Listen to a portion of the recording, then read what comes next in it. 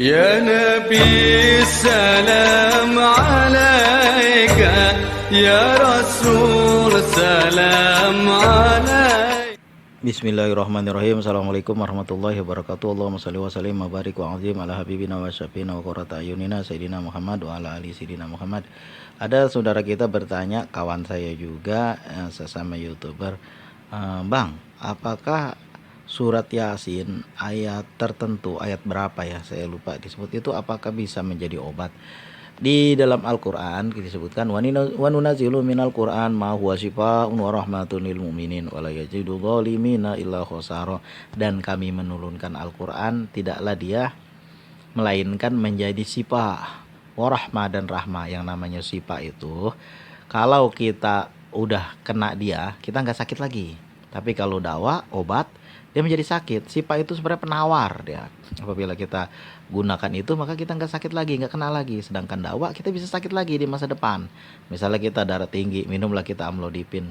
Kalau nggak teratur, kita minum di masa depan, kita bisa kena lagi. Misalnya kolesterol kita tinggi, kalau kita minumlah misalnya simvastatin, obat kolesterol. Lalu kita makanan kita nggak jaga, lalu kita nggak minum lagi, lama-kelamaan kita bisa kena lagi. Sedangkan syifa, dia itu bentuknya lebih ke arah penawar. Wa nunazzilu minal Qur'an, dan kami turunkan Al-Qur'an ma huwa syifaun. Tidaklah dia melainkan menjadi obat, menjadi penawar lah, lebih tepatnya kan. Wa rahmatun, dan rahmat buat siapa? Enggak semua orang. Lil mukminin, kecuali untuk orang-orang beriman aja, untuk orang-orang mukmin aja. Yang enggak beriman, bukan orang mukmin, enggak dapat, enggak seperti itu, enggak dapat mereka. Maka dari itu, wa nunazzilu minal Qur'an ma huwa syifaa'un wa rahmatun lil mu'minin, dan kami tidak menurunkan Al-Qur'an kecuali selain daripada dia menjadi syifa wa rahmah dan rahmat. Barangkali kita apabila kita terus membaca Al-Qur'an secara istiqomah, insyaallah dia menjadi syifa. Dulu ada suatu kisah di zaman Rasulullah ketika beliau masih ada, beliau masih berdakwah, beliau masih sehat walafiat. Ada suatu golongan sahabat Rasulullah sedang berjalan di suatu tempat.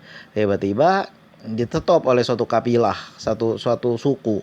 Tapi dibilangnya, tolong, katanya kan salah satu kepala suku kami tersengat kala jengking, dibilangnya. Kemudian datanglah sahabat Rasulullah ke situ, lalu di ruqyah, dibacakan ayat-ayat.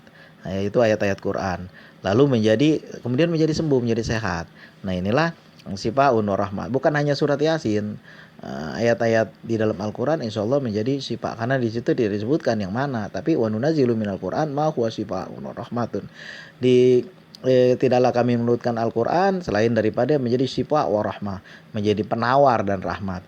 Maka dari itu, terutama nih masalah hati, kebanyakan orang kan kalau misalnya hati rungsing, kepala pening, rusak pikiran, badan juga menjadi rusak, tekanan darah menjadi tinggi akibat pikiran berat, kemudian fungsi-fungsi organ tubuh menjadi rusak, terutama yang kardio, jantung, ginjal, semua menjadi rusak, menjadi berakibat kemana-mana. Gara-gara apa? Gara-gara jiwanya nggak tenang.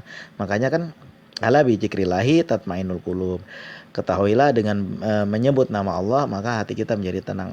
Membaca sholawat, membaca ayat Quran, itu bagian daripada zikrillah juga. Ala bi dzikrillahi tatmainnul qulub. Ketahuilah, ingat-ingatlah, dengan menyebut nama Allah, hati kita menjadi tenang. Ketika hati kita menjadi tenang, maka darah kita juga ikut menjadi tenang, stabil. Tekanan darah nggak sampai di atas 120 mungkin. 120/80 stabil. Nanti kalau misalnya pikiran kita pening, darah kita naik di atas 150, lalu bertahan sampai bertahun-tahun. Akibatnya di masa depan cuci darah. Kalau udah cuci darah, udah rusak semua fungsi ginjal kita. Fungsi jantung pun memompanya, jantungnya besar, tenaganya kecil, akhirnya darah nggak naik ke otak, bisa stroke. Darah tidak mengalir ke seluruh tubuh, akibatnya ya, tubuh kita menjadi sakit. Nah, inilah diawali dengan tenang ya pikiran, karena beberapa dokter zaman dulu, termasuk Galinus ini kan dokter zaman dulu, moyangnya dokter. Beliau mengatakan apabila pikiran kita menjadi rusak, menjadi kacau, maka fungsi-fungsi tubuh kita menjadi kacau juga. Rasulullah bersabda dalam Al-Quran, di dalam hadis beliau bersabda, atau Imam Ghazali, saya agak kelupaan dikit, ketahuilah di dalam tubuh ini ada segumpal. Apa itu segumpal? Dia bukan daging, tapi segumpal. Dia disebut daging, tidak daging. karena dia bentuknya dari darah. Apa itu? Segumpal. Apabila dia tenang, maka semuanya menjadi tenang. Apa dia baik, semua menjadi baik. Apa itu? Ala, ketahuilah bahwa dia itu adalah mudghah, yaitu ala wahwa kolbun. Dia adalah, ketahuilah bahwa dia adalah hati. Kalau hati kita tenang, hati itu kan ada fungsinya apa ya? Kita ada yang dikatakan sebagai bentuk johirnya yang kita lihat nih, hati bentuknya kan kita sering lihat tuh hati ayam, hati sapi tuh sering kita lihat. Nah, ada juga hati dalam bentuk hiasan. Makanya kan ada sakit hati misalnya, hatinya memang sakit, apa organnya memang sakit. Herpes, kebanyakan kita apa namanya rusak di hati, maka dia tidak bisa menyaring, akibatnya udah rusak kemana-mana. Lalu ada juga yang bentuknya seperti kiasan, yaitu kolbun. Apa itu? Kalau hatinya jelek banget, nah itulah hatinya jelek banget. Kenapa? Jahat banget sama orang, akibat pikirannya kacau, rusak, akibatnya jadi rusak semuanya. Nah, dengan membaca ayat Quran, wa nunazzilu minal Quran ma huwa syifaa'un wa rahmatun lil mu'minin. Apabila hatinya rusak, maka semua menjadi rusak. Ala wahya kolbun, ketahuilah dia adalah kolbun, hati. Maka dari itu dengan membaca Al-Quran, insya Allah jiwa kita menjadi tenang. Kemudian juga kita membaca sholawat, membaca Al-Quran, kita membaca sholawat. Mudah-mudahan dengan berkah ini menjadi lebih baik dalam kehidupan kita. Masalahnya ini kan kadang-kadang kita ini imannya turun naik. Saya pun merasakan juga itu, kalau lagi iman lagi turun gitu kan, mau ngapa-ngapain aja males, baca sholawat aja susah banget, kita paksain 100 aja nggak dapet. Maka dari itu sebagaimana disabdakan oleh Rasulullah, yang namanya iman itu perlu diperbaharui.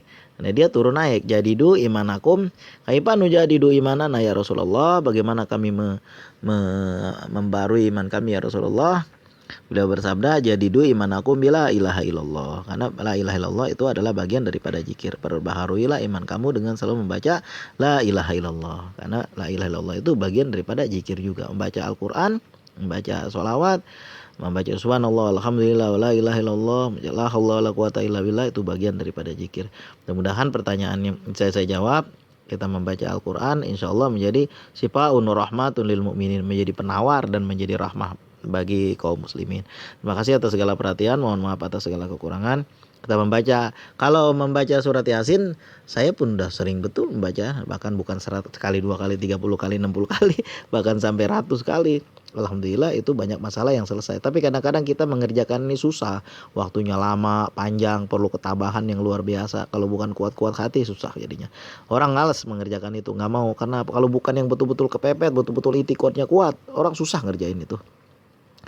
Usikum nafsi bitaqwallah, cuma saya menyarankan untuk walaupun sedikit dibaca secara istiqomah terus menerus. Makanya kita bukan nggak mau melaksanakan sholat duha 12 rakaat, tapi nanti hari ini 12, besok cuma turun menjadi 2 rakaat. Itu yang kita nggak mau. Makanya kita stabilkan di berapa, di 6 rakaat terus menerus gitu, stabil terus menerus. Takutnya kita nggak stabil, hari ini kita baca surat Yasin 40 kali, besok nggak kita baca. Ini akibatnya menjadi nggak stabil, nggak istiqomah namanya gitu kan. Kalau kita istiqomah, ala istiqomah itu asasun aja, dibilang sama orang Arab. Istiqomah itu dasar sebuah keberhasilan. Kita istiqomah terus kita kerjakan seperti itu. Usikum wa nafsi bitaqwallah. Terima kasih atas segala perhatian, mohon maaf atas segala kekurangan. Assalamualaikum warahmatullahi wabarakatuh.